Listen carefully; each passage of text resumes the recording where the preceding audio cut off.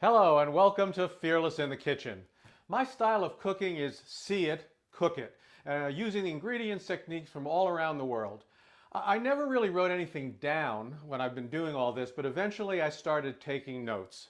And then I started taking pictures. And then I started taking videos. And finally I just said, hey, what the heck, let's have a YouTube channel. So I'm not into fancy video making, so I have simple equipment. I do this stuff in one take.